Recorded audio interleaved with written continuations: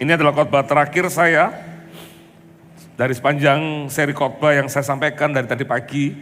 Saya kasih tema besarnya dari seorang gembala menjadi raja. Ya, tadi saya katakan nggak pernah terlintas dalam pikiran Daud untuk dia menjadi seorang raja. Keluarganya pun juga nggak percaya kalau dia bisa jadi raja. Tapi Tuhan bisa melakukan segalanya. Jangan pernah underestimate dengan diri Anda. Sekali Tuhan datang, Tuhan bisa mengupgrade diri kita. Sama seperti Gideon yang seringkali saya sampaikan, Gideon mana pernah mimpi dia menjadi pembebas orang Israel. Menjadi seorang hakim. Kalau tempo hari Pastor Lani sempat khotbahkan tentang Gideon. Gideon itu ngomong apa? Aku ini dari suku apa? Masih ingat suku apa? Dari suku apa saudara? Saya lupa sungguhan, saya tanya sama Anda ini. Ya. Yang pasti suku yang disebut sama dia, suku Benyamin, adalah suku yang tidak masuk hitungan. Suku yang bukan suku terbesar. Dari sukunya aja kastanya sudah kasta yang rendah. Seolah-olah kurang diperhitungkan. Ditambah lagi dia berkata, aku yang paling muda di antara kaumku. Sudah stratanya kecil, masih ditambah paling muda. Biasanya orang muda itu dianggap kurang pengalaman. Ya, dipandang sebelah mata. Lah Gideon pernah mimpi apa dia jadi seorang hakim? Tapi kalau Tuhan sudah berkehendak, sesuatu pun bisa jadi. Sama dengan Daud tak pernah bayangkan dia akan menjadi seorang raja. Kalau Anda ke Israel suatu hari nanti, ayo nanti kalau GMS buka ke Israel, nabung ya. Belum tentu yang punya uang bisa berangkat, belum tentu yang nggak punya uang juga nggak bisa berangkat. Saya ada jemaat pendoa yang nggak pernah kepikiran ke Israel, ternyata ada berkatnya meskipun dia nggak punya uangnya. Tapi dia bisa sampai ke Israel, datang ke situ. Kalau Anda ke Israel, Anda kan lihat nama Daud itu masyhur di situ. Bendera Israel itu ada bintang Daud, karena mereka selalu kagum dengan Daud, seorang raja yang menyatukan Israel dan kerajaan dipegang Daud itu kokoh. Nggak pernah kalah perang, tapi kerajaan itu kokoh, terjaga dengan sangat baik. Karena Daud seorang yang cinta Tuhan. Ya, saudara, saya nggak tahu mimpi Anda apa, pasti tiap orang punya mimpinya macam-macam. Tapi yang pasti pegang Tuhan, apapun yang Anda mimpikan bisa Tuhan wujudkan, saudara. Bahkan apa yang tidak kita mimpikan, Tuhan bisa buat lebih berlipat ganda dalam hidup kita. Saya juga tidak pernah mimpi jadi pendeta, tidak pernah mimpi jadi gembala, karena dari kecil saya sudah pikiran saya satu, ingin jadi insinyur. Tapi ternyata sarjana akunting, kan nggak sambung ya. Kerjanya ekspor impor, tambah nggak nyambung lagi. Ujungnya jadi hamba Tuhan, tambah nggak nyambung. Tapi seringkali saya datang ke Tuhan itu kagum. Karena Tuhan itu bisa membuat apa yang tidak mungkin bagi kita itu jadi mungkin. Itulah karya Tuhan yang luar biasa. Tadi pagi saya mulai dengan apa yang membuat Daud itu bisa menjadi raja. Yang pertama tadi saya mulainya dengan rahasia Daud dipilih Tuhan, dan itu terletak di hatinya. Ya. Karena kalau Anda minta dipromosi, minta diberi kepercayaan, yang pertama-tama yang dilihat sama Tuhan dari hidup kita adalah hati. Karena dari hati kita terpancar segala kewaspadaan. Terpancar segala kewaspadaan. Jagalah hatimu dengan segala kewaspadaan. Dari situlah, kata Tuhan. Dari mana situlah? Dari hati kita terpancar kehidupan. Anda ingin mengalami kehidupan seperti apa? Mulai dengan satu kata, hatimu ini loh dijaga. Dijaga hatimu ini. Ya, saya nggak bisa khotbahkan itu lagi, Anda perlu dengarkan. Di antara sekian banyaknya orang Israel, Tuhan hanya pilih satu orang dari anaknya Isai, anak yang terakhir. Karena Tuhan melihat hatinya Daud, istimewa hati Daud. Nanti Anda dengarkan itu. Berikutnya, saya ngomong tentang mental. Karena ada banyak orang ingin dipakai Tuhan besar, tapi nggak diimbangi dengan mental pemenang. Bawaannya selalu berkata-kata negatif. Ya, saya nggak setuju dengan ada orang memberikan label generasi stroberi. Ya, kenapa nggak ditulis generasi durian, gitu ya? Stroberi kelihatannya bagus, memukau, tapi kena angin, dibiarkan sedikit, langsung jadi busuk. Saya nggak tertarik dengan statement seseorang segala macam. Jangan labeli Anda dengan sesuatu yang nggak harus Anda dapatkan. Tapi jujur kita harus katakan, mental itu seringkali juga Banyak anak Tuhan ngakunya ikut Tuhan, percaya Tuhan, tapi mentalnya bukan mental pemenang. Kena masalah sedikit, sudah kepingin pergi ke Alaska, jauh sekali ya. Kena masalah sedikit, gak tahan. Ya, saya dengar sebuah kisah tentang Raja Arab. Raja Arab berkata, dia bilang gini, kakek saya naik unta, papa saya naik unta, saya naik Rolls Royce, anak saya Rolls Royce, cucu saya unta. Cucunya mungkin masih enggak, tapi sudah mulai downgrade. Cicit saya unta. Apa cerita dari ini? Unta melambangkan kesulitan hidup. Justru lewat kesulitan hidup, hidup kita ditempa. Dan orang yang ditempa akan menjadi orang yang kuat. Orang yang kuat pasti nanti akan menghasilkan yang namanya kemudahan. Makanya gak heran dari unta Rolls Royce. Karena ini yang paling berat di atas-atasnya. Makanya ada satu generasi di Indonesia tahun-tahun 50 something itu mereka adalah orang-orang hebat. Karena mereka lahir di zaman perang. Segala sesuatu gak gampang. Sekarang orang mau makan gampang. Zaman itu pilihannya cuma antara kalau gak punya beras ya gaplek ya. Gaplek. Sudah lama gak ngomong gaplek. Gaplek atau apa ya. Pokoknya apa ya, gaplek ya. Apa, gak pernah tahu makan gaplek ya. Pokoknya singkong gitu loh. Singkong yang zaman itu perang itu. Orang-orang di zaman itu mereka gak punya fasilitas. Tapi mereka harus kerja keras. Yang paling menakutkan ketika semua lahir di zaman sekarang, gampang, cari informasi gampang. Kadang-kadang kita ini saking malesnya itu sampai nggak mau beli makanan untuk jalan kaki, kita hanya order aja, datang makanan. Tapi yang bayar jangan order nggak bayar, nggak bisa kan. Itu zaman kemudahan. Lah ketika kemudahan datang, nggak ada tempaan dalam hidup, maunya cari gampang, nanti ujungnya balik ke susah lagi, punya unta lagi. Bukan Rolls Royce lagi. Anda mau menang, Anda mau berhasil dalam hidup ini, mentalnya nggak boleh mental kalaan. Ya, bilang kiri kanan, kita harus jadi die hard. Tidak pernah lihat die hard. Berdarah-darah, pincang, kaosnya lubang-lubang, tapi nggak mati. Harusnya kita gitu. Kami dihempaskan, tapi kami tidak habis akal, kata Paulus. Kami ditindas, kami terjepit, tapi ya kami terjepit, kami tidak habis akal. Kami dihempaskan, tapi kami nggak binasa. Orang itu harus punya iman kayak begitu, saudara. Itu mental pemenang. Daud itu kenapa dipilih? Salah satu alasan yang saya lihat, mentalnya itu luar biasa Daud itu. Ini orang hebat. Dan berikutnya tadi sore saya khotbah tentang strategi. Ternyata untuk mengalahkan Goliat itu ada strateginya. Ya, dia bisa bermain mata-mata sama Goliat. Goliat pun tidak menyadari. Ketika Daud bawa tongkat itu adalah senjata pertama yang dibawa. Nanti kita akan baca. Dibawa tongkat itu. Goliat mensinya adalah tongkat. Begitu dilihat, Daud cuma bawa tongkat. Tidak akan mati aku. Paling worst skenario adalah kepala benjol kena tongkat itu. Yang dia lupa, Daud punya umban dan batu.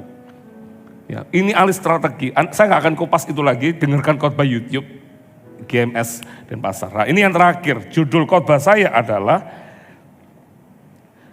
kemenangan ditentukan oleh Tuhan, bukan oleh kekuatan kita. Ayo kita buka langsung aja 1 Samuel. Ya karena Samuelnya cuma 1, jadi 1 Samuel ya. Enggak lucu ya, memang dead joke kok ya. 1 Samuel 17 ayat 40. Perkelahian Daud dengan Goliat. Lalu Daud mengambil tongkatnya di tangannya, dipilihnya dari dasar sungai 5 batu yang licin, dan ditaruhnya dalam kantung gembala yang dibawanya, yakni tempat batu-batu, sedang umbannya dipegangnya di tangannya. Demikianlah ia mendekati orang Filistin itu. Orang Filistin itu kian dekat menghampiri Daud, dan di depannya orang yang membawa perisainya. Tadi saya katakan, pertandingan ini nggak fair. Kenapa nggak fair? Karena Goliat itu nggak sendirian. Dia punya satu orang yang membawa perisai di depan. Secara size atau ukuran ini sudah nggak pas. Goliat itu ada tafsiran mengatakan dia itu tingginya 3 meter. Ibarat orang tinju itu, biasanya orang itu sampai ada yang diet, ada yang makannya lebih banyak. Supaya berimbang kekuatannya. Bahkan untuk sarung tinju pun aja ada ukurannya. Orang mau tinju itu ada sarung itu membedakan. Semakin berat itu lebih itu. Bayangin, ini pertandingan antara seorang raksasa dengan seorang yang masih sekia, kemerah-merahan. Usia antara 15 sampai 17. Yang satu suka perang, prajurit dari sejak muda. Yang ini baru muncul untuk perang. Bayangin, secara sah, secara apapun juga, sudah tidak make sense. Bahkan si Goliat punya orang di depannya yang bawa perisai. Goliat sudah punya satu perisainya itu bukan dari pikirannya. Tadi saya cerita tentang orang bangsa Roma. Kenapa dia pernah menang perang dalam sejarah? Karena bangsa Roma tutupi kelemahannya. Dia kalau perang, tangan kanan pegang perisai hanya untuk menghalangi tombak musuh, dihalangi dengan tangan kanan. Yang kirinya bawa tombak. Dia hanya sepakat cuma tutup dengan perisai-perisai itu, dia halangi untuk menutup setiap kelemahan. Tapi yang kirinya hanya membunuhnya hanya dengan bahasa Ibrani-nya ngawur. Pokok mati, jerp gitu. Ini cuma menghalangi. Jadi yang mati dari bangsa Roma sedikit. Kenapa? Karena ada yang jaga perisainya. Lah Goliat sudah punya senjata modern lengkap di zaman itu. Masih tambah satu orang. Sudah tidak make sense sebetulnya. Kalau Anda hitung secara ukuran manusia, gak mungkin Daud bisa menang. Tapi ini loh hebatnya Daud. Perhatikan. Ketika orang Filistin itu menunjukkan padangnya ke arah Daud, serta melihat dia, dihinanya Daud. Dihinanya Daud itu karena apa? Ia masih muda, kemerah-merahan, dan elok parasnya. Yang satu mungkin sangar wajahnya, berjambang, kekar. Yang satu foto model. Kan elok parasnya katanya. Jadi enggak level. Ibarat orang itu kadang-kadang manusia dunia itu selalu lihat itu dari paras tampang. Makanya Samuel pun aja keliru ketika lihat Eliab kakaknya Daud, dipikir ini yang cocok jadi raja. Tapi Tuhan enggak cari Eliab. Tuhan enggak suka dengan Eliab karena dia, kalau saya pelajari di Alkitab, dia itu suka ngomong yang enggak benar tentang Daud juga. Makanya Tuhan enggak pilih dia. Tapi untuk Daud Tuhan pilih. Perhatikan ya. Orang Filistin itu berkata kepada Daud, "Anjingkah aku, maka engkau mendatangi aku dengan tongkat?" Lalu demi para allahnya orang Filistin itu mengutuki Daud. Pula orang Filistin itu berkata kepada Daud, "Hadapilah aku, maka aku akan memberikan dagingmu kepada burung-burung di udara dan kepada binatang-binatang di padang." Tetapi Daud berkata kepada orang Filistin itu, ayo baca rame-rame, 3, 4, "Engkau mendatangi aku dengan pedang dan tombak dan lembing, tetapi aku mendatangi engkau dengan apa? Nama Tuhan semesta alam, Allah segala barisan Israel yang kau tantang itu." Ayat berikutnya baca rame-rame, 3, 4, "Hari ini juga Tuhan akan menyerahkan engkau ke dalam tanganku, dan aku akan mengalahkan engkau dan memenggal kepalamu dari tubuhmu. Hari ini juga aku akan memberikan mayatmu dan mayat tentara orang Filistin kepada burung-burung di udara dan kepada binatang-binatang liar, supaya seluruh bumi tahu bahwa Israel mempunyai Allah." 47 saya baca dulu, "Dan supaya segenap jemaah ini tahu bahwa Tuhan menyelamatkan bukan dengan pedang dan bukan dengan lembing." Baca rame-rame 3, 4, "Sebab di tangan Tuhanlah pertempuran, dan ia pun menyerahkan kamu ke dalam tangan kami." Ayat 50 baca rame-rame, "Demikianlah Daud mengalahkan orang Filistin itu dengan umban dan batu. Ia mengalahkan orang Filistin itu dan membunuhnya tanpa pedang di tangan." Ini luar biasa. Ya.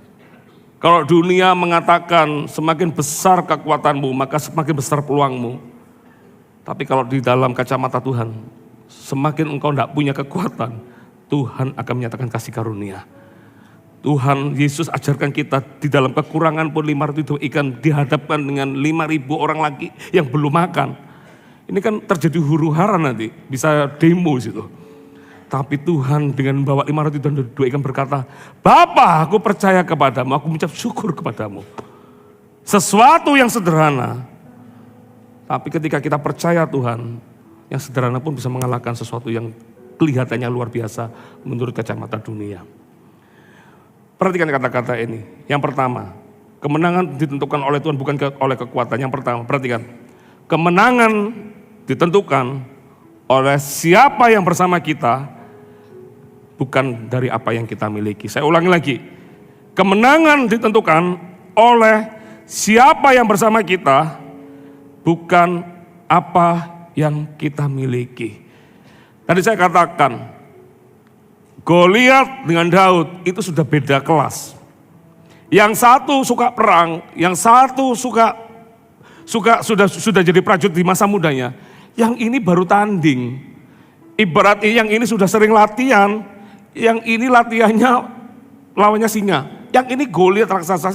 Saya yakin Goliat pun pasti bisa membunuh singa. Tapi yang Goliat tidak lihat dalam hidup Daud. Daud itu ada yang menyertai dalam hidupnya. Ya. Halo. Yang dilihat Goliat itu cuma seorang anak muda, tidak punya pengalaman. Bahkan orang Israel pun lihat Daud, aduh Daud kamu menyerahkan nyawamu Daud. Menurut Anda, kenapa Saul membiarkan Daud tetap melawan Goliat? Anda yang tahu jawabannya enggak? Ya? Apa? Betul, karena gak ada lagi yang mau maju. Semua orang ketakutan, semua orang cemas, termasuk Saul rajanya pun takut kalau Anda baca ayat itu. Dia takut. Jadi ini no choice, gak ada pilihan. Ibarat orang itu, karena gak ada lagi. Ya sudah, yang ini toh yang ada. Tapi yang luar biasa dari Daud, meskipun dia di underestimate, dia gak takut. Karena dia tahu, dia bisa ngomong sama dirinya, kekuatanmu gak seberapa Daud. Tapi siapa yang di belakangmu, itulah yang luar biasa Daud. Siapa yang di depanmu, itulah yang luar biasa. Saudara, perhatikan kata-kata ini, kemenangan itu ditentukan oleh siapa yang bersama kita, bukan karena apa yang kita miliki. Banyak orang taruh kemenangannya karena apa yang dia miliki. Makanya gak heran ketika lihat masalah, tapi kalau lihat sumber dayanya masih ada, masih pede. Masih ada kekuatannya, masih pede. Tapi begitu nggak ada sumber dayanya, masihkah kita bisa berkata bahwa kemenangan itu tetap ada pada kita? Kadang kita nggak yakin. Makanya saya suka kata-kata Paulus, dalam kelemahan kasih karuniamu itu melimpah dalam hidupku. Perhatikan 1 Samuel 17 ayat 45, 47. Tetapi Daud berkata pada orang Filistin itu, engkau mendatangi aku dengan pedang dan tombak dan lembing. Tetapi aku mendatangi engkau dengan nama Tuhan semesta alam, Allah segala barisan Israel yang kau tantang itu. Daud pernah lihat ketika dia menghadapi singa, menghadapi beruang. Dia tahu ukuran tubuhnya dengan ukuran beruang itu sudah nggak level juga. Dia tahu ketika menghadapi singa, ya ini bukan kucing ya. Kalau kucing kita kalah itu kebangetan kita. Singa, Daud dengan ukuran Daud, tingginya orang Israel di waktu itu 1,6 sampai 1,7 menurut catatan sejarah. Daud itu masih muda, masih dalam masa pertumbuhan, mungkin bisa 1,6 ke bawah, 1,5 mungkin. Dengan singa saya pernah ke Petra, ditunjukin fosil adalah kakinya unta. Itu kaki unta, ya ampun. Kakinya unta itu setinggi saya saudara. Gede. Kalau saya naik unta di Arab Saudi sama di Petra, lebih mengerikan naik di Petra. Di Petra itu gede untanya. Takut. Naik kudanya gede-gede. Udah gede banget. Bayangin ya, saya ngeliat unta itu gede. Singa di zaman itu pasti gedenya luar biasa. Daud tahu ketika berkelahi dengan singa, itu bukan karena dia jago sama singa. Makanya kalau Anda baca di ayat-ayat sebelumnya, dia berkata, Tuhan yang melepaskan aku dari cakar singa, Tuhan juga akan melepaskan aku dari Goliat ini. Daud pernah melihat bahwa Tuhan itu sudah menolong dia di cakar singa itu. Dia berkata, ini sih gak ada bedanya juga. Karena dia tahu Tuhanku lebih besar daripada segala apa yang ada di dunia. Halo saudara, perhatikan kata-kata ini. Daud tahu bahwa kekuatan Goliat bukan tandingan sama Tuhan. Kalau Anda berkata hari ini masalahmu lebih besar daripada Tuhan, berarti Anda tidak kenal Tuhanmu. Tuhan itu size-nya kecilkan dibanding masalahmu. Saya ngomong sama beberapa hari yang lalu saya khotbah di sebuah institusi. Saya bilang yang banyak membunuh kita itu bukan karena masalah. Tapi yang banyak membunuh kita itu karena takut akan masalah. Ada orang divonis kamu akan mati 6 bulan. Belum sampai 6 bulan, baru 6 hari sudah mati. Padahal vonisnya masih 6 bulan. Tapi karena dia takut masalah itu sudah menghinggapi dia, akhirnya dia gak punya pengharapan dan dia mati. Ada orang divonis 6 bulan, tapi 20 tahun kemudian masih hidup. Kenapa? Apa yang membedakan?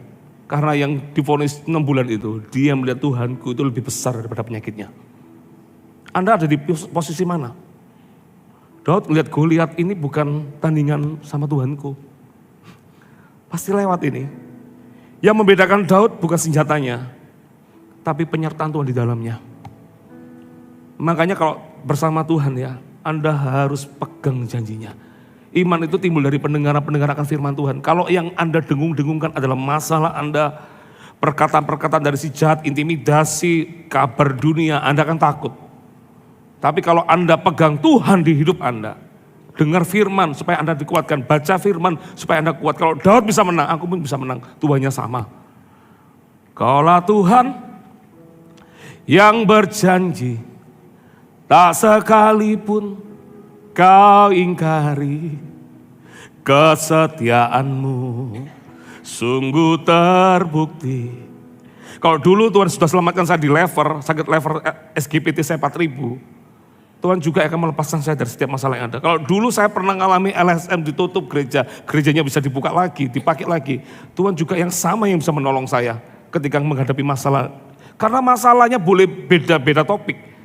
Tapi yang tidak pernah sama itu adalah, yang tidak pernah sama, masalahnya boleh beda-beda. Tapi yang selalu sama, Tuhannya yang tetap sama, adalah Tuhan yang setia yang membela saya. Saya pernah ketemu orang ditunjuk-tunjuk, kamu ini mahal nilainya, kamu ini mahal nilainya. Saya bilang, Pak, negara ini negara hukum, kamu ini mahal. Saya bilang, Pak, kalau sampai ada apa-apa dengan saya, Anda semua mahal, Pak. Tak balik, saudara. Saya dimal-malkan, saya bikin mahal lebih banyak lagi ke dia. Kalau sampai ada apa-apa saya, Anda semua mahal, Pak. Dari tadi saya ditunjuk mahal terus saya. Ya memang saya mahal sih bersama Tuhan Yesus. Tapi kata mahal itu saya mau ditekan. Saya balas tekan mereka, bayangin. 1 lawan 7 orang, saya sama 1 full time. Ditekan-tekan gitu sama preman. Saya balas ngomong sama mereka.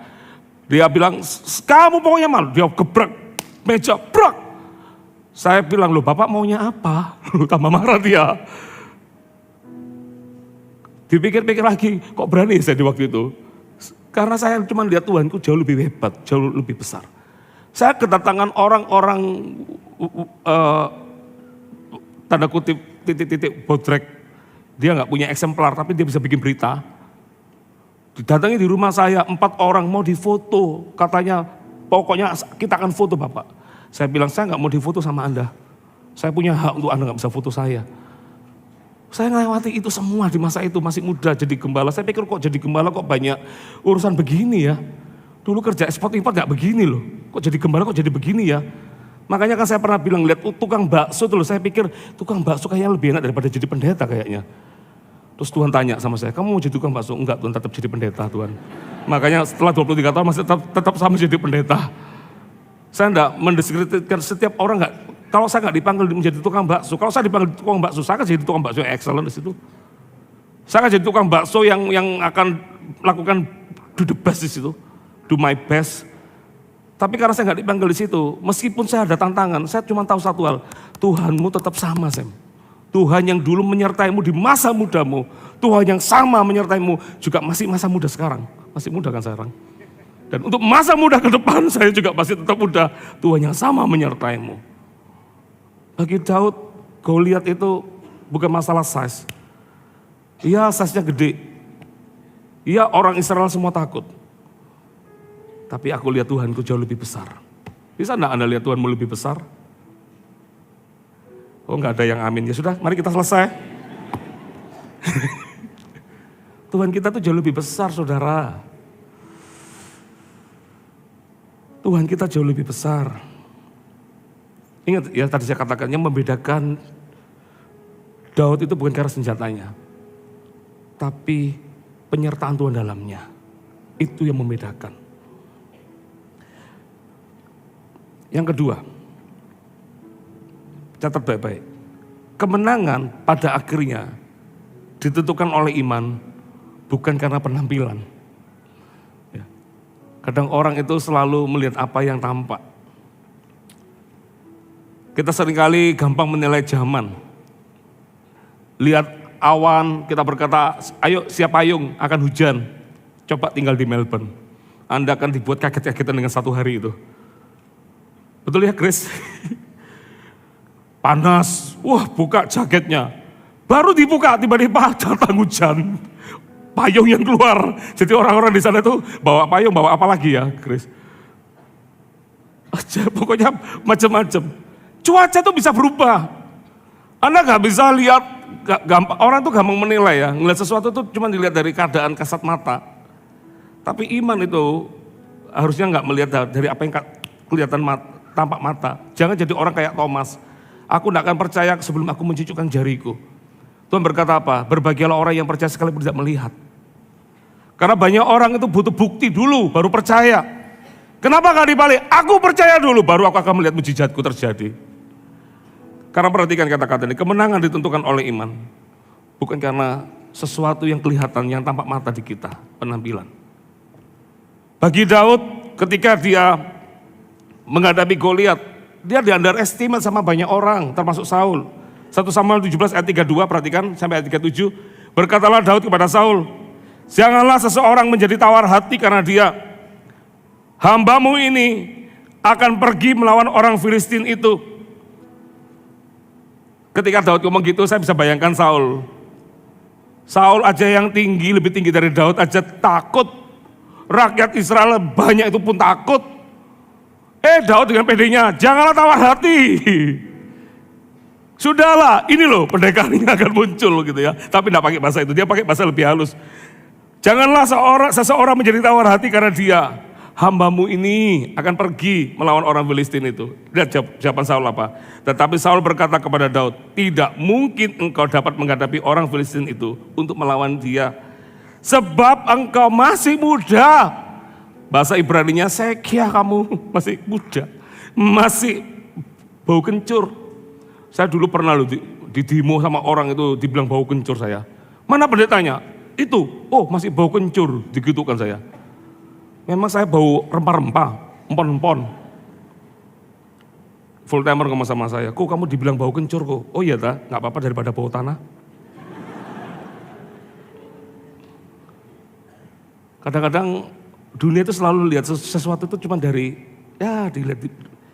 Tadi saya khotbah di sore tadi, kalau ada orang yang menghina Anda, merendahkan Anda, enggak usah sakit hati, biasa aja. Sudah biasa aja. Relax saja, tenang aja. Sometimes dalam hidup ini mau direndahkan orang enggak apa-apa. Yang penting Anda bersama Tuhan, Anda jaga hidup, integritas, jujur. Anda pegang hidup, sungguh-sungguh takut akan Tuhan. Orang boleh ngomong apapun tentang Anda, itu enggak apa-apa. Nanti ada waktunya, Anda enggak perlu ngomong banyak. Tapi hasil yang Anda keluarkan itu, orang akan diam juga pada akhirnya. Bisa mengerti maksud saya? Tapi kalau Anda lihat dari Daud ini, dia di underestimate. Saul ngomong gini, tidak mungkin engkau dapat menghadapi orang Filistin itu untuk melawan dia. Sebab engkau masih muda. Sudah muda, dia berkata, sedang dia sudah dari mudanya menjadi prajurit. Tetapi Daud berkata kepada Saul, hambamu ini biasa mengembalakan kambing domba ayahnya. Apabila datang singa atau beruang yang menerkam seekor domba dari kawanannya, maka aku mengejarnya, menghajarnya, dan melepaskan domba itu dari mulutnya. Kemudian apabila ia berdiri menyerang aku, maka aku menangkap janggutnya, lalu menghajarnya. Dan saya suka kata-kata selanjutnya dikatakan, Tuhan yang melepaskan aku dari cakar singa, dari cakar beruang. Tuhan yang sama juga akan melepaskan aku dari Goliat ini. Ini orang luar biasa. Perhatikan kata-kata ini ya. Semua orang Israel di waktu itu menilai semuanya dengan mata jasmani. Mereka lihat tinggi badannya Goliat, senjata yang dipakai, baju zirahnya belum lagi ada satu orang lagi membawa perisai. Semua orang lihat itu jadi wow, ini nggak bisa dikalahkan. Tapi Daud, perhatikan, melihat dengan mata imannya. Ia melihat Tuhan lebih besar daripada Goliat. Itu luar biasa. Berapa banyak ketika ada tantangan terjadi, apa yang keluar dari mulut Anda? Sulit, gak bisa, terlalu besar, terlalu ini. Nggak heran Anda nggak lihat mujizat terjadi, karena yang Anda lihat masalah yang lebih besar, Anda nggak lihat Tuhan yang lebih besar. Saya jadi ingat Elisa ketika dengan bujangnya dia dikepung oleh tentara Aram. Bujangnya berkata, Nabi, Tuanku, ini yang ngepung kita banyak sekali Tuanku. Elisa berkata, yang berserta kita jauh lebih banyak. Mungkin bujangnya garuk-garuk kepala dan berkata, mananya yang lebih banyak? Tidak ada apa-apa ini. Mana yang lebih banyak? Langsung Elisa doakan itu bujangnya. Begitu bujangnya didoakan, langsung lihat, wow, malaikatnya lebih banyak di belakang tentara Aram itu. Sometimes kita nggak bisa melihat dengan mata jasmani kita. Yang perlu dari hidup kita adalah punya mata iman, memandang Tuhan yang lebih besar. Tuhan bisa gerakkan siapapun untuk menolong kita, saudara. Amin. Aku punya Tuhan yang kecil. Hah? Loh, mak sungguhan dah. Buktinya kalau ada masalah Anda berkata, aku punya masalah yang besar, yang aku nggak sanggup dan aku tak berdaya. Ini lagu Meksos, saudara ya. Aku punya Tuhan yang besar, yang telah berjanji dan sanggup menggenapi. Imanku bersepakat percaya kuasanya. Ku terima sekarang kemenangan. Kapan kemenangan terjadi? Ketika Anda punya iman bersama Tuhan. Bisa Anda lihat Goliat yang gede, yang buat Anda, aku takut seperti sama Goliat ini. Tapi Anda bisa melihat, ternyata aku punya Tuhan yang lebih besar daripada Goliat. Yang dibutuhkan dari kita adalah iman, iman percaya kita, saudara. Siapa yang mau punya iman yang percaya? Kasih tepuk tangan bagi Tuhan. Jangan takut hadapi Goliatmu. Karena dalam hidupmu, baik masalah, tekanan, kekurangan, imanmu bisa menumbangkan itu semua. Iman kita bisa mengalahkan itu semua. Catat baik-baik. Ini nggak ada di sini, ada di sini. Iman melihat peluang di balik masalah. Bukan masalah di balik peluang. Saya ulang lagi. Iman melihat peluang di balik masalah. Bukan masalah di balik peluang. Kapan Raja Wali semakin terbang tinggi? Justru dia dapat momentumnya ketika dia kena badai. Bagi kita badai menakutkan, tapi bagi Raja Wali itulah lompatan dia semakin lebih tinggi lagi. Karena dia butuh badai itu untuk membuat dia terbangnya semakin tinggi. Kapan belalang bisa terbang jauh? Dia tunggu angin yang kencang. Sehingga dia pakai angin badai itu untuk jadi lompatan untuk dia bisa perjalanannya lebih cepat lagi. Bisa enggak kita ketika lihat badai di hidup kita bisa berkata ini adalah peluang untuk aku lebih maju. Saya melihat banyak keraguan di sini, karena nggak ada yang amin. Pak, Bapak ngomong apa sih Bapak ini? Bapak nggak tahu masalah saya Pak. Mau saling ngomong masalah. Semua orang punya masalah Bapak Ibu. Nabi Elia yang canggih, yang hebat, yang man of fire itu juga punya masalah. Dan dia lemas ketika dia nggak bisa lihat Tuhan yang lebih besar. Padahal sebelumnya dia kalahkan Nabi Baal, Nabi Asyera. Dengan satu orang sendirian, sementara orang Israel jadi penonton, dia tanding sama 850 nabi itu. Dia bisa ngomong sama orang-orang nabi-nabi itu, Tuhanmu tidur ya?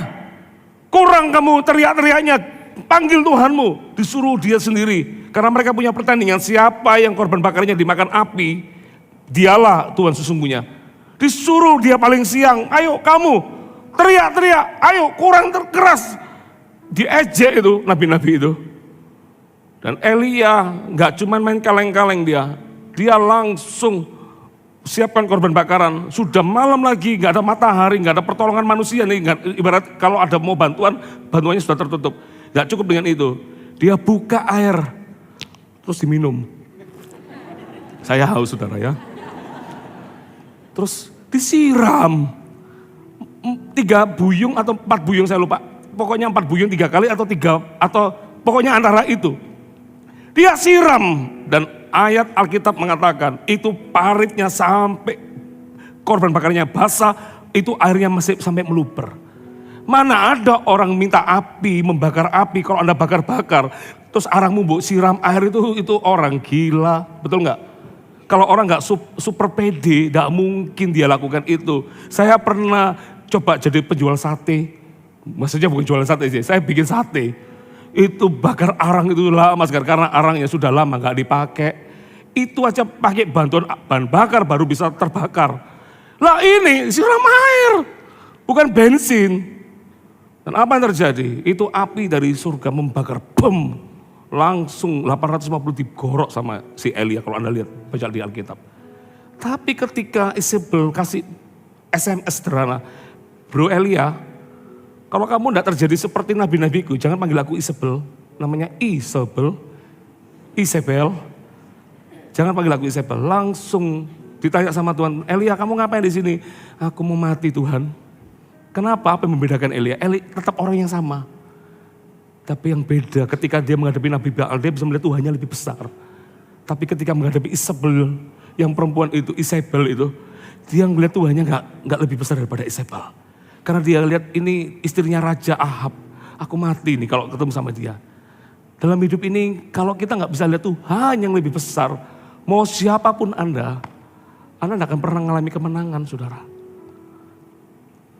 Bisa enggak kita berkata, aku punya Tuhan yang, ayo nyanyi-nyanyi, besar, yang telah berjanji dan menggenapi imanku bersepakat percaya kuasanya ku terima sekarang kemenangan. Yang percaya Tuhan itu lebih besar dari setiap masalah yang ada, kasih tepuk tangan bagi Tuhan kita. Yang ketiga, kemenangan datang lewat ketaatan bukan kebetulan. Dengan kata lebih gampangnya, kemenangan itu terjadi ketika kita berani melangkah. Anda minta mujizat terjadi, kadang orang itu minta mujizat itu hanya pingin cepat gampangnya. Aku minta mujizat, sometimes mujizat itu terjadi ketika Anda berani melangkah. Sama seperti Petrus berkata, Tuhan kalau engkau Tuhan, suruh aku berjalan di atas air. Dan Tuhan berkata, berjalanlah Petrus. Dia harus keluar dari perahunya dan dia harus coba air laut itu untuk dia jalani. Tanpa dia berjalan, tidak mungkin dia bisa melihat air laut itu menjadi papan yang keras untuk dia bisa berjalan. Sama, Daud tidak akan pernah mengalami kemenangan dengan Goliat. Ketika dia cuma punya umban batu, tapi dia nggak berani melangkah. Karena kalau Anda baca ayatnya, dia mendekati Goliat. Ketakutannya dihadapi. Raksasanya dihadapi. Karena dia tahu banyak orang itu, kenapa enggak terjadi kemenangan dalam hidupnya? Karena masalah itu selalu dihindari, bukan dihadapi. Ada orang punya masalah yang selalu sama bertahun-tahun, karena dia nggak pernah melewati masalah itu. Yang dia lakukan, aku cuma mau berhenti aja, aku mau quick. Aku mau keluar dari masalah itu, aku mau menghindari, aku tidak mau bertemu masalah itu. Dan tidak heran Anda nggak pernah lulus dari masalah itu, karena Anda nggak pernah berani menghadapi. Daud hadapi ketakutannya. Siapa sih tidak pernah takut? Saya jujur sama Anda, saya takut jarum. Tapi kalau sudah terpaksa kadang-kadang tangannya dikasihkan. Dengan pesan gini, Sus, jangan sakit-sakit ya. Anda tidak bisa menghindari masalah yang Anda hadapi, Anda harus hadapi. Daud, apakah dia nggak takut? Kalau mungkin tanya di dalam hatinya, dia mungkin bisa takut. Tapi dia hadapi Goliat itu. Dia hadapi, dia dekati Goliat. Dia berhadapan dengan Goliat. Dan dia boleh pakai apa yang ada pada tangannya. Nggak heran Goliat bisa dikalahkan. Karena dia berani melangkah. Katakan amin. Yakobus 2 ayat 14, dikatakan begini, apakah gunanya saudara-saudaraku jika seorang mengatakan bahwa ia mempunyai iman, padahal ia tidak mempunyai perbuatan? Dapatkah iman itu menyelamatkan dia? Ayat 17, perhatikan, demikian juga halnya dengan iman. Jika iman itu tidak disertai perbuatan, maka iman itu pada hakikatnya adalah mati. Anda boleh punya percayanya, tapi kalau nggak berani melangkah, Anda nggak lihat mujizatmu terjadi. Kemenangan itu bukan karena kebetulan, tapi ketaatan berani melangkah. Aku hadapi Tuhan, aku pokoknya nggak ngerti gimana caranya. Pokoknya aku melangkah maju Tuhan. Aku akan hadapi untuk melihat kemenangan itu terjadi. Amin. Bilang kiri kananmu, kalahkan ketakutanmu. Kamu akan lihat mujizat. Ya. Ngomong sama diri sendiri, saya akan kalahkan ketakutan saya. Dan saya akan melihat mujizat. Yang percaya kasih tepuk tangan bagi Tuhan kita. Yang terakhir, yang keempat. Yang keempat, ini luar biasa. Kemenangan pada akhirnya terletak pada orang yang percaya pada Tuhan. 1 Samuel 30 ayat 1 sampai 6, kita buka ya 1 Samuel 30 ayat 1 sampai ayat 6. Ketika Daud serta orang-orangnya, coba saya pakai dari sini aja. Ayat 1 sampai 6. Ketika Daud serta orang-orangnya sampai ke Siklak, pada hari yang ketiga, orang Amalek telah menyerbu tanah Negeb dan Siklak. Siklak telah dikalahkan oleh mereka dan dibakar habis. Perempuan-perempuan dan semua orang yang ada di sana, tua dan muda, telah ditawan mereka. Dengan tidak membunuh seorang pun. Saya percaya, orang benar itu punya masalah. Tapi kalau Tuhan yang mengizinkan terjadi, tetap Tuhan itu jagai sebetulnya. Mana ada perang lawan orang Amalek, kok gak ada yang mati? Karena ayat ini dikatakan, dengan tidak membunuh seorang pun, ini orang Amalek ini gila perang. Zaman itu kalau perang, kalau Anda baca Daud pun kalau perang sama Amalek, gak disisakan sama Daud, satu pun gak hidup. Perempuan pun dibunuh. Kalau Anda baca nanti di situ ayat-ayat itu. Lah ini orang Amalek gila perang, suka perang, tapi menang perang, tapi gak membunuh. Kan aneh.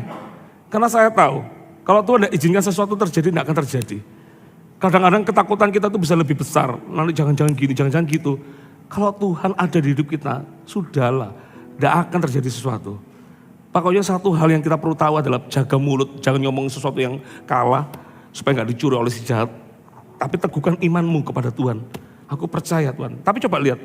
Mereka menggiring sekaliannya, kemudian meneruskan perjalanannya. Ayat 3 perhatikan, ketika Daud dan orang-orangnya sampai ke kota itu, tampaklah kota itu terbakar habis. Dan istri mereka serta anak mereka yang laki-laki dan perempuan telah ditawan. Lalu, ayat 4, baca rame-rame ya, 3, 4, menangislah Daud dan rakyat yang bersama-sama dengan dia, itu dengan nyaring. Sampai mereka tidak kuat lagi menangis. Saya mau tanya, siapa yang pernah menangis yang sampai nggak kuat?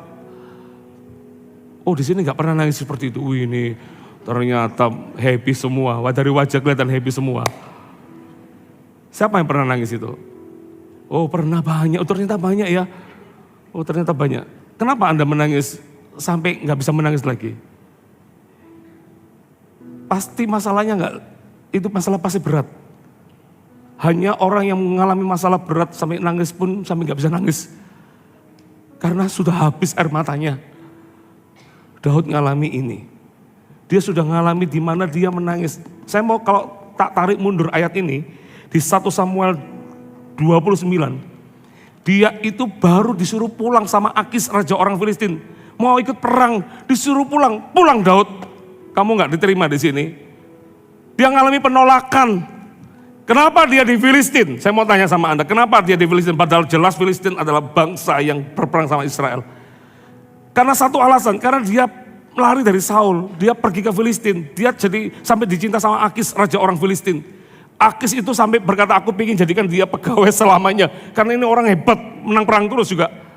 Saul menyanyiakan, tapi Akis memakai Daud untuk perangnya. Dan Anda tahu saudara, Daud tiba-tiba disuruh pulang. Daud sempat protes sama Akis, kenapa aku disuruh pulang, salahku apa, mungkin gitu. Dia berkata gini di 1 Samuel 29. Agak mundur sedikit ya.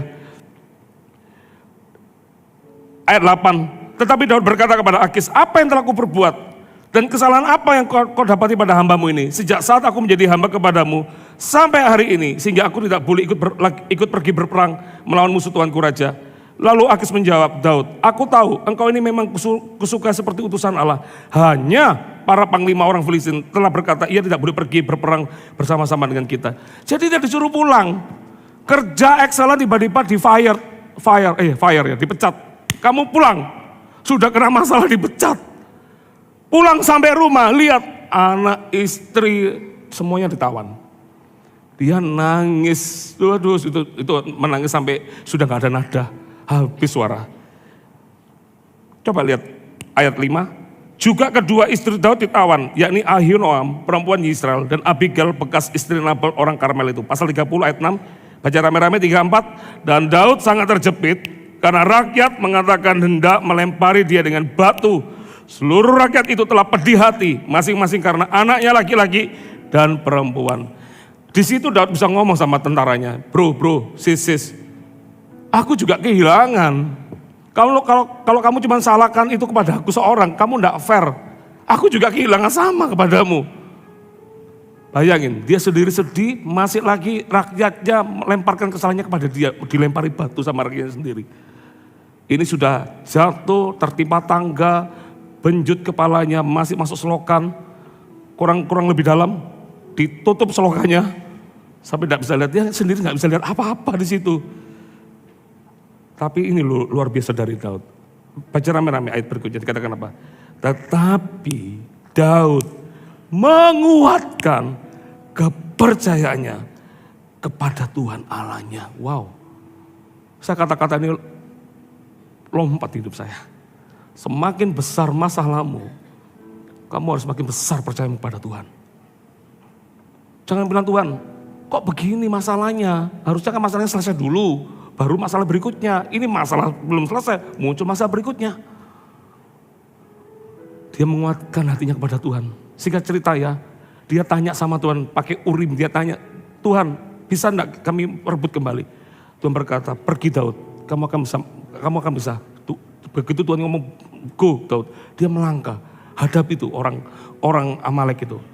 Singkat cerita lagi, meskipun tidak singkat ceritanya, dia perang, menang. Semua jaran itu diambil, gak ada satupun yang mati dari keluarganya Daud dan rakyatnya.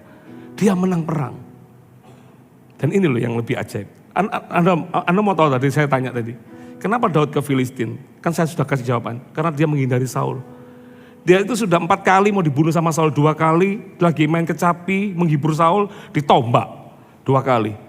Habis itu 2 kali lagi dia hampir, pertama kali ketika Saul kejar dia, itu sudah hampir ketangkep Daud. Tapi di situ Tuhan luputkan gara-gara tiba-tiba ada berita di Saul.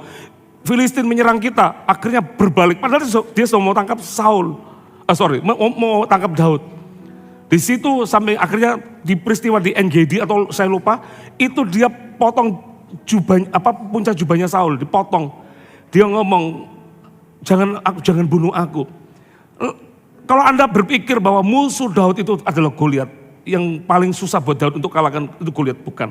Goliat itu biasa bagi Daud.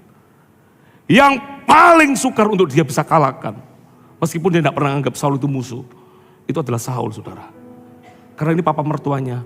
Belum lagi ini orang hatinya baik sekali. Dia tahu Saul itu tahu nggak? Saul itu sudah nggak ada Tuhan. Buktinya dia yang menghibur dengan kecapi karena dia tahu roh Tuhan ada padanya.